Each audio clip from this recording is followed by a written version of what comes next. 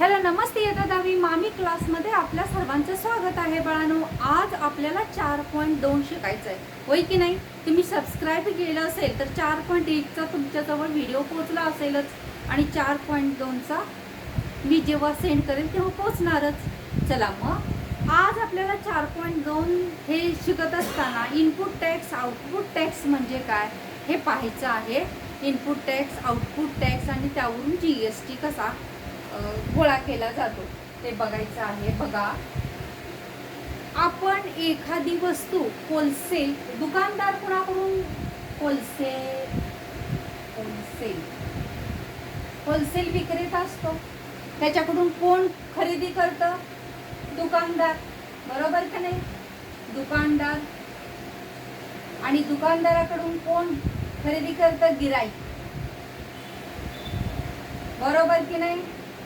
या दोन्ही टाइमाला त्याला कर हा भरावाच लागतो. बघा, या दुकानदाराला जेव्हा तो खरेदी करतो कुणाकडून? होलसेल वाल्याकडून.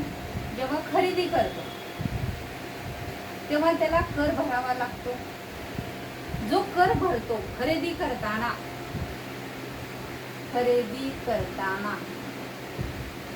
भरलेला कर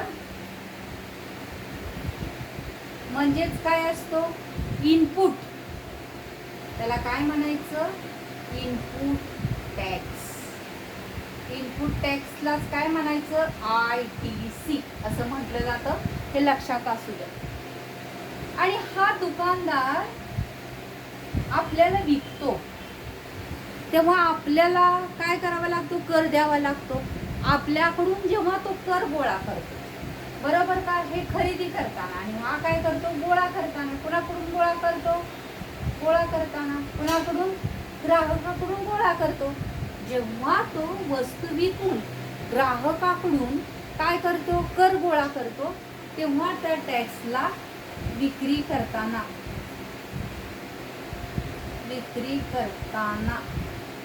गोळा केलेला टॅक्स, विक्री करून गोळा केलेला टॅक्स म्हणजे आउटपुट. काय म्हणायचं त्याला? Output tax. लक्षात राहील का नाही? आणि याच्यावरून GST तयार होतो. आता GST कसं तयार होतं बघा. म्हणून GSTचं सूत्र GST बरोबर कसं तयार होतं? आउटपुट टॅक्स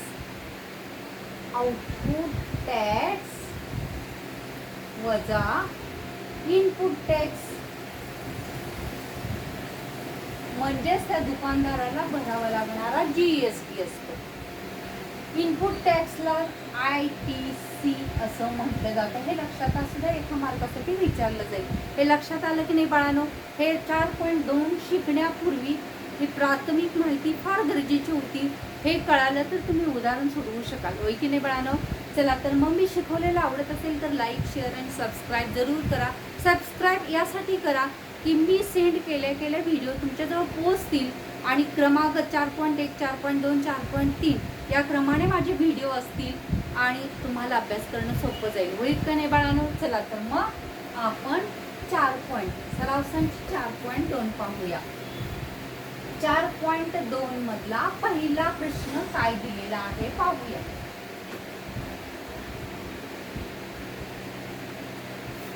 4.2 मध्ये काय दिलेलं आहे बघा. चेतना स्टोअर्स, एका स्टोअरचं उदाहरण दिलेलं आहे बघा. चेतना स्टोअर्स पहिलं एक्झाम्पल आहे हे. चेतना स्टोअर्स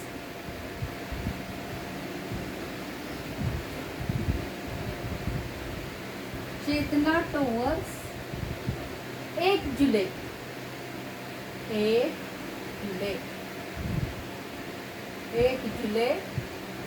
ते 31 जुलै 2017. 31 जुलै 2017 या कालावधीत केलेल्या खरेदीवर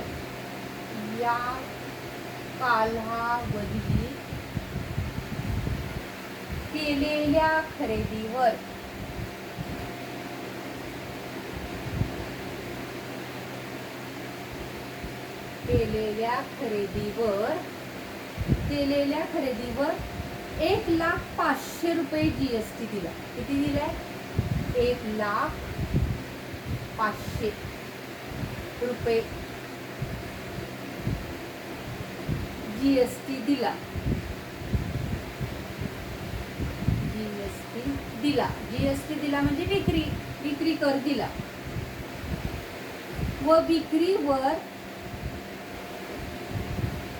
विक्रीवर यानं काय आता विक्री केली असेल. विक्रीवर 1,22,500 रुपये GST गोळा केला. 1,22,500 रुपये काय केला? GST गोळा केला. मी आताशी बोले तुम्हाला, गोळा केला. तर सदर कालावधीत चेतना स्टोअर्सला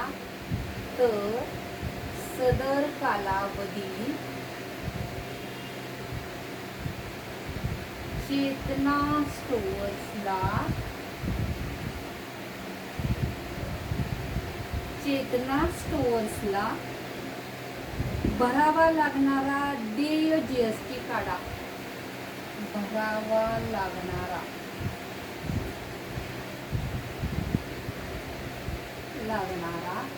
देय GST काढा असं विचारलेलं आहे. बघा, 4.2 चा अभ्यास करत असताना लक्षात घ्यायचं की वस्तू खरेदी त्यानं कितीला केली आणि विकली कितीला. खरेदी करताना द्यावा लागणारा टॅक्स इनपुट टॅक्स अतिशय सोपा आहे. 4.2 बघा, त्यानं कितीला खरेदी केली?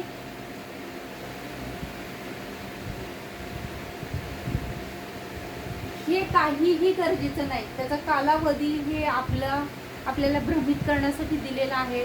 ते मध्ये किती दिवस येतील याचा काही संबंध नाही. 1 जुलै ते 31 जुलैपर्यंत दिवस किती येतील हे काहीही नाही. हे काहीच गरजेचं नाही आपल्याला. फक्त खरेदीवर टॅक्स किती भरला त्याला इनपुट टॅक्स म्हणतात. मग ते लिहायचं चेतना स्टोअर्सचा इनपुट टॅक्स. बरोबर का? चेतना स्टोअर्सने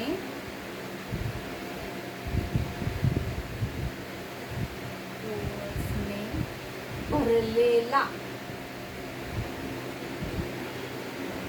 म्हणजेच काय? खरेदीवर कंसात खरेदी करताना. बरोबर? खरेदी इनपुट टॅक्स. इनपुट टॅक्सलाच काय म्हणतो आपण? ITC. बरोबर का? इनपुट टॅक्स किती आहे हे लिहायचं. चेतना स्टोअर्सने भरलेला इनपुट टॅक्स किंवा भरलेला कर. इथे लिहा कर. भरलेला कर खरेदीवर, कारण लक्षात म्हणजे तुमच्या येण्यासाठी मी तर खरेदी लिहिली आहे. इनपुट टॅक्स किती? 1,05,000 रुपये. बरोबर का? हा काय आला? Input tax. म्हणजे त्याला काय म्हणतो? ITC. आता काय सांगितले? त्याने विक्री केला याचा अर्थ गोळा केला. बरोबर का? विक्री करताना तो टॅक्स गोळा करणारच ना. म्हणून विक्रीवर भरलेला टॅक्स किंवा विक्रीवर भरलेला विक्रीवर गोळा केलेला टॅक्स. गोळा केलेला कर म्हणजे कुठला? Output tax. बरोबर का? आउटपुट टॅक्स किती आहे? 1,22,500. 1,22,500 रुपये. बरोबर का? मग आपल्याला त्याला किती देय कर द्यावा लागला असा प्रश्न इथे विचारलेला आहे ना आपल्याला. त्याला देय GST काढा. मग आता सूत्र शिकलोय आपण GST. देय GST बरोबर काय येणार आहे? GST बरोबर आउटपुट टॅक्स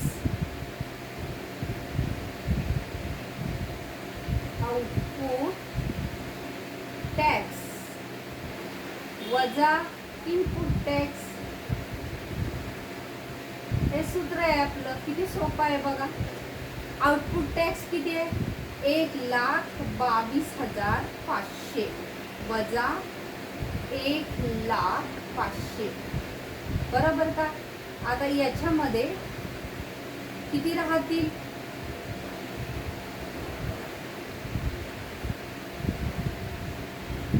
1,22,500 मायनस 1,05,000 किती राहणार आहे? 0 0 0 हे 2 किती राहणार आहे? 22,000. 22,000 त्याला काय भरावा लागला? देय जीएसटी. जीएसटी किती भरावा लागला? 22,000 रुपये. आहे की नाही सोपं? 4.1 तुम्हाला समजलेलंच आहे. 4.2 याच्यापेक्षाही सोपं आहे. आहे की नाही बाळांनो? चला तर मग आता पुढचं गणित पाहूया.